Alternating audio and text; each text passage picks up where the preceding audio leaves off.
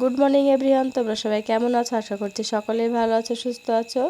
তো আজকে আমি সকাল সকাল মিনি ব্লগটা স্টার্ট করলাম।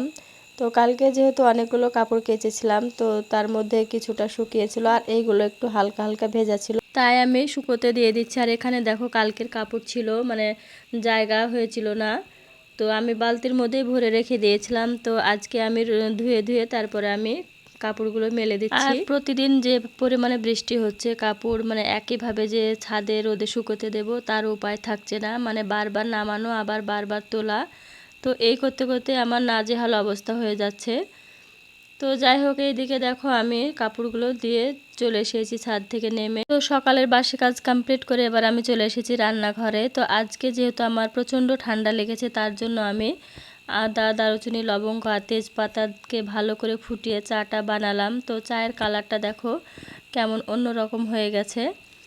তো এইভাবে চা বানালে ঠান্ডা লাগা কিন্তু একটু কমে যায়, হালকা হয়ে যায় আর গলাটাও ছেড়ে যায়।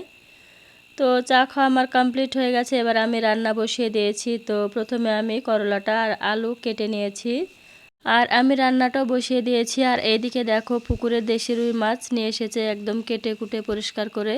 তো এটা দেখে আমার প্রথমে একটু রাগ হয়েছিল, কারণ যেহেতু আমার ছেলেমেয়েরা এই মাছ খেতে পারে না, মানে ছোট মাছ।